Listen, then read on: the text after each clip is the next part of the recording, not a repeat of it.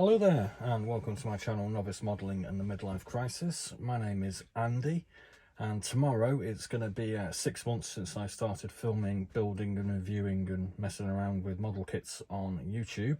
So I thought it would be kind of fun just to do a bit of a recap on the first 50 172 aircraft that I reviewed. Tomorrow I'm going to be doing a review of all the kits that I've actually built so far.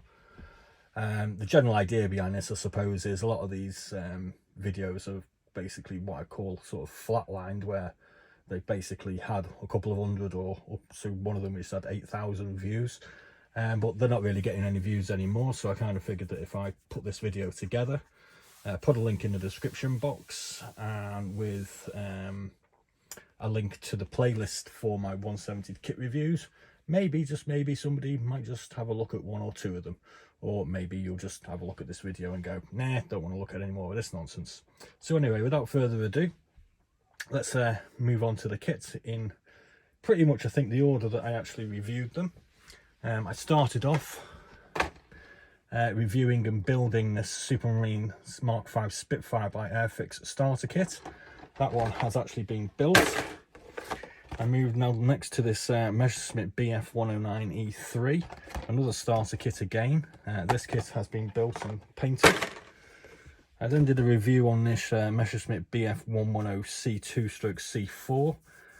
This kit has more recently been built. It wasn't built in that order. I then built this Spitfire Mark 5B Tropical by Mr. Craft. Some people didn't really like this review because, well, it turns out that these are actually reboxing of earlier Hella kits. I'm going to put that to one side for now. Next on, I did a review of this 1967 Hawk Spitfire Mark 22. That's rather a nice, interesting kit. Next on, I did a review and built this Pioneer 2 1989, I think this is, Mark 5C Tropical. That one has been built. Next on, I reviewed and built and upset some nice guys on YouTube by calling this the worst model kit ever. This is a Ventura Mark 22 Spitfire made in New Zealand. I have actually found a place in my heart for these Ventura kits, as they are kind of special in a rather rough and ready, unpleasant kind of can turn out kind of nice way. That one has been built. I then did a review of this Smur high-tech Spitfire Mark 5B, which again is another Hella rebox. And I decided to basically do a 50-50 build of this one and the Mr. Craft. So I used half the parts from one and half the parts the other, and came together with something that I called a Frankenstein's monster. So half of those have been built. I then did a review on a genuine Frankenstein's monster, which is this Brengun Mark 5B Messerschmitt. This is a captured Spitfire with a Daimler-Benz 605A1 engine. So there's been a review done for that, but I haven't got around to building it yet. Then we had another genuine Frankenstein's monster, which is this Eduard Avia S199 in Israeli markings. This is a Czech-built ME109 airframe with a Junkers, I think it's a Junkers Umo engine, a bomber engine in a fighter. Didn't work out too well. I then did a review on another Ventura Spitfire after I'd found the love for them, this one being a Mark 9C, limited production with collector's kit allegedly, 140 out of 100 out of 500. I then did a bunch of reviews on my Tamiya Warbird collection, first one being the de Havilland Mosquito Mark IV or Mark IV Photo Reconnaissance. I then did a review on the Ilyushin IL-2 Sturmovik flying tank. I then reviewed a Mitsubishi A6M30, followed up by a review for the Vought F4U1D Corsair, which is looking rather nice in blue. I then did a review on the Focke-Wulf FW190A3, and a review on the North American P51D Mustang, followed up by a review for a Supermarine Spitfire Mark 5B Tropical, and another review for another Tamiya Republic P47 Thunderbolt Razorback with this rather cool nose art. I then went back to reviewing and building some vintage Spitfires, this one being a Testors F22. This is actually a reboxing of the Hawk 1967 kit. I then reviewed and built this PM plastic model Supermarine Spitfire 5B, which is done in Turkish colours and has an interesting FW190 in the background, also in Turkish colours. That one's been built.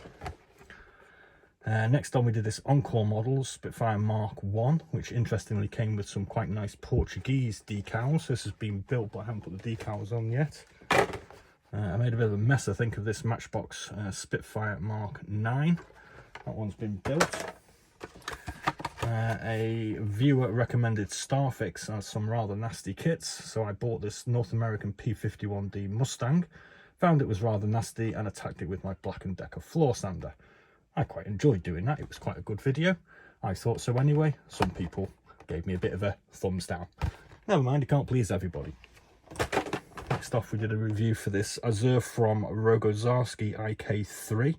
This is a Yugoslavian produced fighter that was available in limited numbers when Yugoslavia was invaded by the Germans. Next off I went to insult this Unicraft Sauvage Payan SP240, which I described as the worst and most ugliest model kit in the world. This is actually a resin kit, so it's kind of different to everything else, but it's nasty. This actually got me 8,000 views. It was my highest grossing video for quite some time.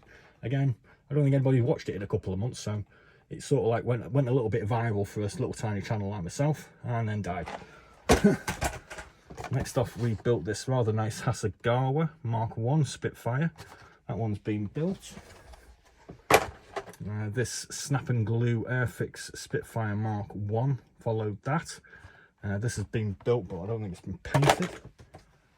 Next off we built this Mark 1 Hella Spitfire. Again, this one's been built, it might have been painted but not decaled. Next off we did this KP Spitfire Mark 9E in Czech colours. Still needs to be built, still needs to be painted and decaled. Unfortunately the decals have yellowed very badly. Quite an old kit. Next off we reviewed this rather striking Revell 172 Arado ARE555 America bomber. We then reviewed our Hella Potez 63A11A3. It's a rather nice looking French-like bomber.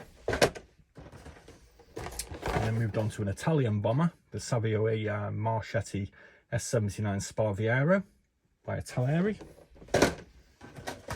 Then I reviewed a AZ Models BF109 G6 for the Bulgarian Air Force, not built as yet. Then we did this Forces of Valor UK Spitfire Mark 9. It's quite a nice kit, but some people think it's a bit inaccurate. Next off we reviewed a 1994, I think this is Henschel HS123A1, which you can do as the Spanish Civil War colours. I also reviewed a MHAR MiG-3, which is looking rather cool in white and red. And I followed that up with another review for another Ventura, this one being an Australian Mark 8. I then did something that I called Land of the Rising Sun Week, where I had a week off, or 10 days off, and I bought a load of Japanese aircraft. This is a Tamiya 172 1970s Shoki Nakajima Ki-44 Tojo. That has been reviewed and built. Next off we reviewed and built this Raiden Mitsubishi J2 M3 Jack. That was a nice build. Then we did this experimental interceptor Shinden Kyushu J7W1. That one's been built. And I built my first two-engine aircraft, which was this Hobby 2000 Nakajima J1N1S Gecko from 1945. That's been built. And then I built this Tamiya Kawasaki Ki61 Hein Tony in silver. That came out quite nice. Next off, we built this RS Models Kawanishi E1 5K1 Shion float plane. and we built and we made a bit of a mess of this one. It was an ICM Ki-27B Japanese Army fighter. We've also reviewed an ICM DO-117Z2 Dornier 2-engine German bomber.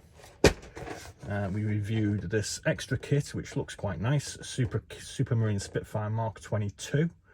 This one's been started, but I haven't really got very far on it. I've just moved on to some other things.